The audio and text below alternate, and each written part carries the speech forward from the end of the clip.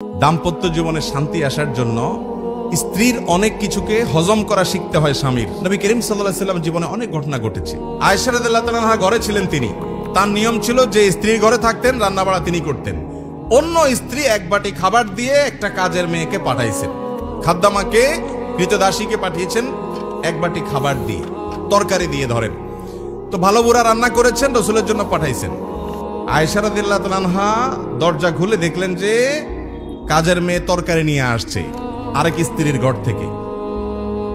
এই টাইমে যে কোনো মানুষই, যে কোনো মহিলারই মাথা গরম হওয়ার কথা। আমার বাসায় আজকে উনি থাকবে, আমি যা খাওয়াবো, তুমি আবার ওখান থেকে এক বাটি দিয়ে ভালো হওয়ার চেষ্টা করতেছো। উনি বাটিটা ধরে ছুঁড়ে ফেলে দিলেন, ছুঁড়ে ফেলে দিলেন। বাটির সব তরকারি তো গেছে গেছে, বাটিও দুই টুকরা হয়ে গেছে, কাঁচার বাটি ছিল।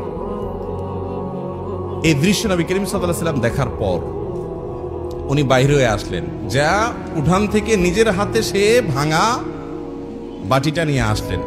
আনার পর একই শেপের একই ধরনের আরেকটা বাটি এই ঘরেও ছিল, আসলে তার ঘরে।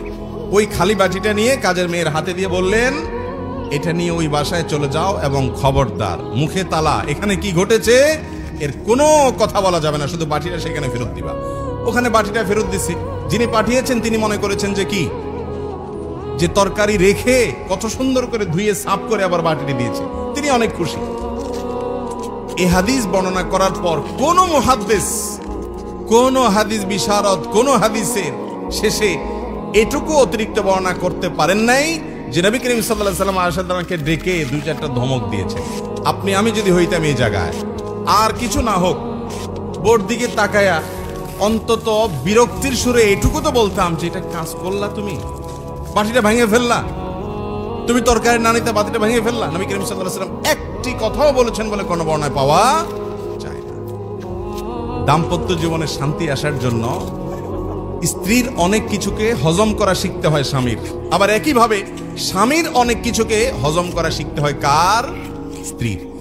আজ আমাদের সমাজ ব্যবস্থায় ভোগ ভোগ ভোগ, ত্যাগের কোনো নাম নিশানা নেই, যার কারণে সবর কেউ কাউকে প্রতি করতে রাজি না। দাম্পত্য জীবনের শান্তির জন্য এই সবর এবং শুকর যা আল্লাহ তাআলা দিয়েছেন সেটার উপরে শুকরিয়া আদায় করার মানসিকতা থাকতে হবে, না হলে কোনোদিনই আপনি শান্তি পাবেন না।